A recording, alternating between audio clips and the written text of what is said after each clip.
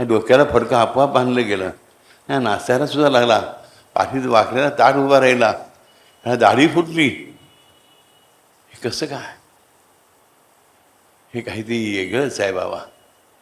देवा, मी बाबा लहान सहान माणूस, तुझ्या संगाला बोलायचं झालाच माझ्यात नावं. जाणून घे आणि गुमानपणे मला सांग. कोणते माणूस पाठवून मला सांगाया. मला रस्ता कोण दाखवणार देवा? पंढरपूरला यायचं आहे. आणि हा बाबा कोण भेटला? हा साईराम कोण? हा बाबा कोण? हा म्हातारा नाचत होता डोक्याला फडकं बांधून, तो कोण? देवा, अशी माझी परीक्षा पाहू नगस. मी तुझा दासनच हा साय रे.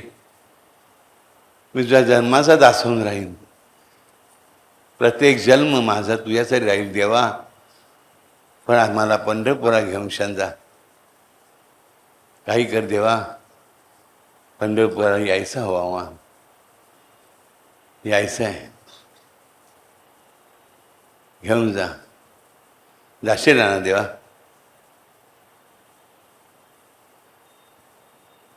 हा विचारतोय प्रश्न.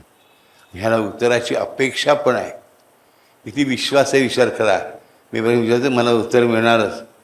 अरे देवा बोल की. अरे बाबा, पण माझी भाषा येत नाही का? माझी गावची भाषा समजत नाही का तुला? कवापासून ओरडतोय मी. आणि काही बोल र बाबा. ये महाराजा, ये देवा, ये इटला. अरे बोल की रे बाबा. का माझी परीक्षा पाहतूस? त्या लक्षात आपण आरशासमोर उभे होत. चमकला. मी आरशासमोर उभा आहे? नाही, मी तर फोटोसमोर उभा आहे. फोटो तो बाबा उभा आहे. बाबाचा फोटो इथे कसं काय? हे चाचपून बघितलं. हा तर आरसा आहे. आरशावर मी उभा आहे. आरशात दिसतोय बाबा. हा बाबा संध्याकाळी नाचून गेला आपल्यावर, तोच बाबा. अरे बाबा, मला पंढरपुरात घेऊन जाशील का र? बाबा म्हणला, चल, तू येशील माझ्याबरोबर? तू येशील माझ्याबरोबर? हां, जरूर येईन की. मला भेव कोणाशी? बरोबर आहे र लेकरा, तुझं म्हणणं बरोबर आहे. ज्याच्या मनात कर नाही त्याला डर कशाची? पुन्हा भय कोणाची? चल आपण जाऊ पंढरपुराला. सकाळच्याला मी येऊन पोचतो बघ. तू रातभर वाट पाहत बसशील काय? हा म्हणतो बशील ना बाबा. हा काय म्हणतोय? बशील ना बाबा. ह्याला बाबा शब्द माहीत नाही आहे. हा कोण बाबा येतो एवढं शब्द आहे मला म्हण. बशील ना बाबा. आणि तेवढ्यात लक्षात येतं की सकाळ झाली आहे. दुधाची गाडी आली आहे. आणि नेहमीप्रमाणे माणसाची वर्दळ सुरू झाली आहे. आणि एक 10-12 माणसं चालत निघाले आणि बोलताना म्हणताय, ओम साई, श्री साई, जय जय साईराम. ओम साई, श्री साई, जय जय साईराम. ओम साई, श्री साई, जय जय साईराम. ओम साई, श्री साई, जय जय साईराम. ओम साई, श्री साई, जय जय साईराम. ओम साई, श्री साई, जय जय साईराम. ओम साई, श्री साई, जय जय साईराम.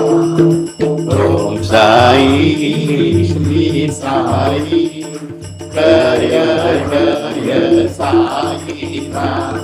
ओम साई श्री साई जय जय साई राम ओम साई श्री साई जय जय साई राम ओम साई श्री साई जय जय साई राम ओम साई श्री साई जय जय साई राम ओम साई श्री साई जय जय साई राम ओम साई श्री साई जय जय साई राम ओम साई श्री साई जय जय साई राम ओम साई श्री साई जय जय साई राम ओम साई श्री साई जय जय साई राम ओम साई श्री साई जय जय साई राम ओम साई श्री साई जय जय साई राम ओम साई श्री साई जय जय साई राम. आरशासमोर स्वतः उभा आहे, समोर बाबा दिसतोय, बाहेर बघितलं उजाडलंय, दुधाची गाडी आली, 5-6 महिने भजन करत चालले आहेत आणि नाव ऐकलं ओम साई श्री साई जय जय साईराम. हा साई कोण हो? कोण निघालाशी? आम्ही शरीरानं निघालो. हा बघ आमचा बाबा, बाबाचा फोटो दाखवला. अरे हा माझ्या बाबाचा फोटो नाही, हा आमचा बाबा आहे. नाही, हा माझा बाबा आहे. हा मला भेटतो ना, प्रभूने भेटतो. हां, जर गुरुवारला भेटतो मला, इथे येतो हितो माझ्या वखारी भुसाण्याला लाकडाचा. हे काही वेळात करताय, वेळा आहे जाऊ दे. पण वेळा तो नव्हता, तो वेळा होता देवाचा वेळा होता. देवासाठी स्वतः आला, भुसा मागायला आला, भुसा विकत घ्यायला आला, त्यासाठी गायला, नाचला, त्यासाठी त्या मालकाला बहिरा बनवला, त्याला स्वराचं रूप दाखवलं आणि रूप हळूहळू हळूहळू वाढवत नेलं. जसं त्याने गेल्या जन्मात पाहिलं होतं तसंच त्याला परत दाखवलं. फक्त 15-15 वर्षाच्या ऐवजी 15-15 दिवसाच्या गॅपने दाखवलं. हा त्यांच्याबरोबर आपोआप चालत निघाला, शरीर येऊन पोचला. रात्र झाली, शरीरात पोचले तेव्हा खाल्लं प्याला लोकांच्या बरोबर आणि बसून राहिला समाधी मंदिराच्या समोर. इथे बाबांची समाधी विचारात सांगितलं. समाधीवर बसला होता. देवा तुमचं रूप दाखवल्याशी आणि आता समाधी बघायची, हे काय बरोबर लागत नाही. बघा, मला तुम्हाला बघायचं आहे, तुमच्या मूर्तीला नाही बघायचं देवा. मी समाधीला तर नाही, म्हणजे नाही बघायचं. एवढ्यामध्ये एक 16 वर्षाचा बैरागी आला, बाल फकीर, 16 वर्षाचा. ह्याला हाकून वेगळा दिसतो बाबा. अरे पोरा, लहान वयात रे बैरागी होता का? कोणी निघालास? अरे द्वारकामाईत निघालो. द्वारकामाई हे काय आहे? आणि जिथे बाबा राहायचे ना ती जागा ती उघडीच असते बरं का. तिला काय दरवाजा कुलूप काय नसतं बरं का. येतो का माझ्या संगात? येतो की. ते झाली तर आलो, बाबा झाली तर आलो. द्वारकामाईत घेऊन गेला तो 16 वर्षाचा पोर. आणि बघता बघता तो 16 वर्षाचा पोर वाढत वाढत वाढत वाढत वाढत वाढत उंच उंच उंच उंच उंच गेला. माझ्या लक्षात आलं की हाच तर बाबा आहे.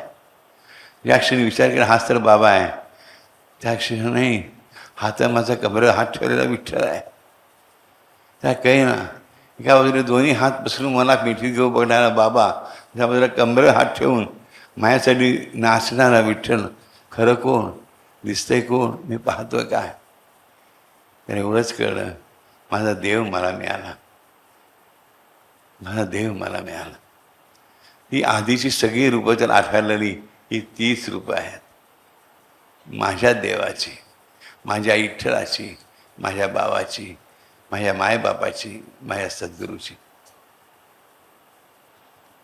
बघा, आपल्या मला इच्छा असली, आपण अडाणी असलो, लिहिता वाचता येत नसलं, परकीय धर्माच्या माणसाकडे कामाला असलो, त्याने आपल्याला किती अटी घातलेल्या असल्या तरी देव आपल्याला येऊन, स्वतः येऊन आपल्यासाठी प्रत्येक गोष्ट करतो.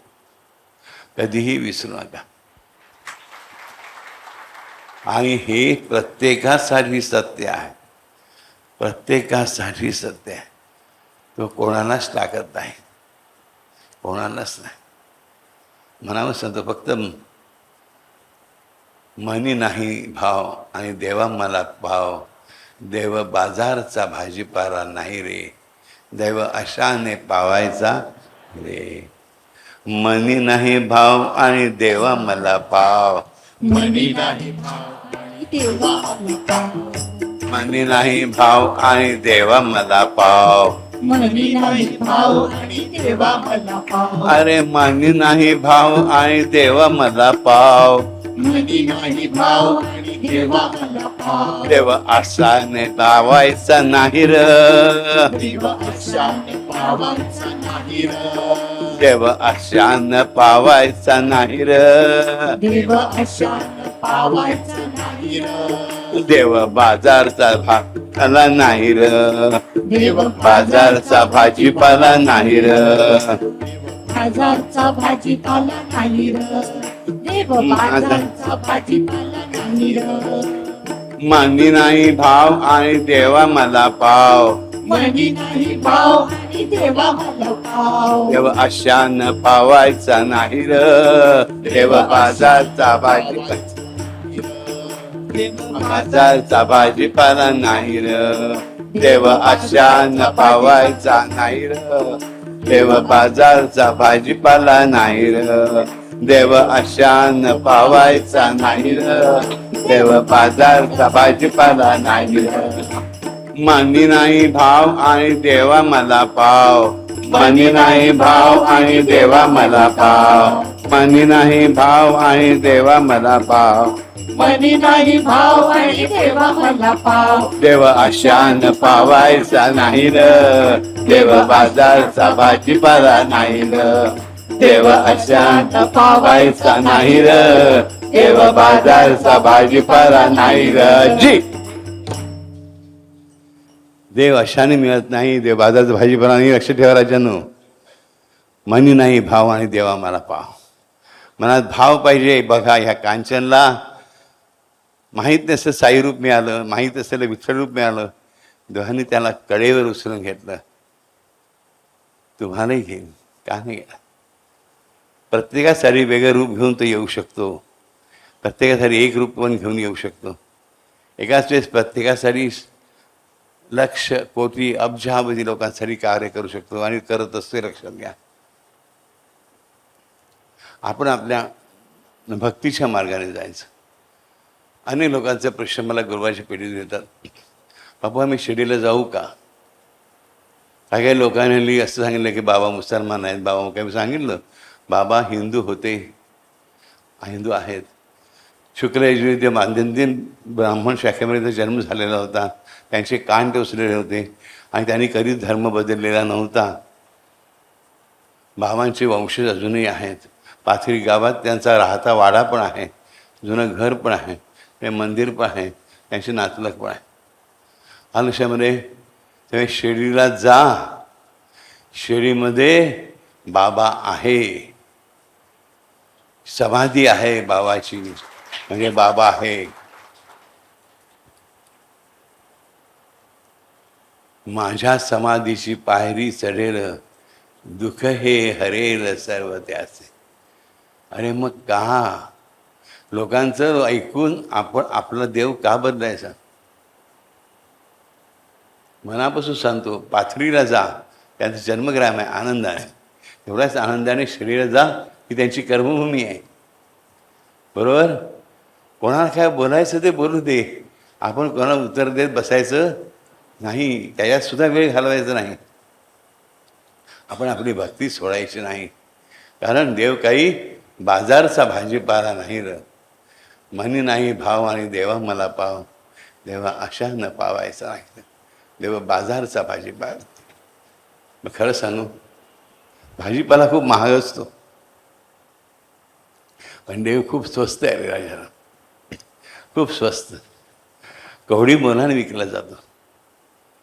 फक्त तुमच्या मनात भाव हवा, प्रेम हवं, आणि मागे सांगितलं 1 पॉइंट रॉयल्टी हवी. एकविध भाव, एकविध भाव हवा त्याच्या पायाशी, तरी काहीही करायला तयार असतं. पण एकदा तसा भाव ठेवून बघा, आणि ह्या जर भाव ठेवलात तर चालू राहीलच, कारण तो दर 14 दिवसांनी मला भेटत राहीलच, ही मी तुम्हाला गॅरंटी देतो. तुमच्या मनात जर भाव असेल, तो जो 45 वर्षापासून 95 वर्षापर्यंत प्रवास केलेला म्हातारा तुम्हाला येऊन भेटेलच भेटेल, आणि कमरेत हात ठेवून तुमच्यासमोर एक दिवस उभारलेलं म्हणेल, चल येतोस माझ्याकडे वर, तेव्हा घाबरू नका. हो म्हणायला सरळ सांगा, येस डॅड, यायचं आहे मला. समजलं? Love you all, love you forever love, always ऑलवेज. हरिओम. श्रीराम. अंबाद. नाथ सवेद, नाथ सवेद, नाथ सवेद.